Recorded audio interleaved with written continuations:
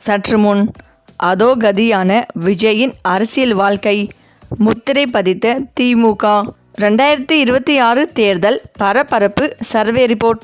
அதாவது தமிழ்நாடு அரசியலில் விஜயின் வருகை 2026 சட்டமன்ற தேர்தலில் திமுக கூட்டணிக்கு சாதகமாக அமையும் என இந்தியா டுடே சி ஓட்டர் நடத்திய கருத்து கணிப்பு மூலம் தெரிய வந்துள்ளது.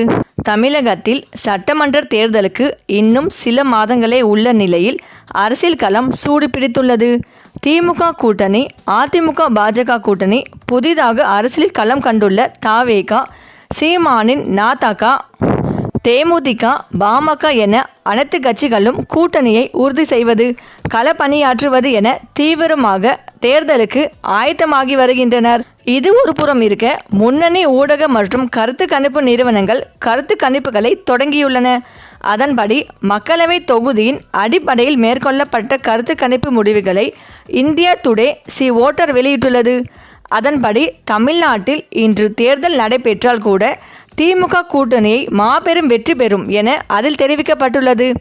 ஆகஸ்ட் 1ஆம் தேதி முதல் ஆகஸ்ட் 14ஆம் தேதி வரை மேற்கொள்ளப்பட்டுள்ள இந்தியா டுடே சி ஓட்டர் கருத்து கணிப்பில் ஆட்சிக்கு எதிரான மனநிலையை கடந்து தமிழ்நாட்டில் உள்ள 36 மக்களவை தொகுதிகளிலும் திமுக வெற்றி பெறுவதற்கான சூழல் நிலவுவதாக கருத்து கணிப்பு கூறுகிறது. அதே நேரம் அதிமுக பாஜக கூட்டணி 3 இடங்களில் மட்டுமே வெற்றி பெற வாய்ப்புள்ளதாகவும் கூறப்பட்டுள்ளது. இந்தி திணிப்பு உள்ளிட்ட மாநில உரிமை சார்ந்த விவகாரங்களில் ஒன்றிய அரசுக்கு எதிரான திமுகவின் போராட்டங்களுக்கு தமிழ்நாடு மக்களின் ஆதரவு உள்ளதாகவும் சி ஓட்டர் தெரிவித்துள்ளது.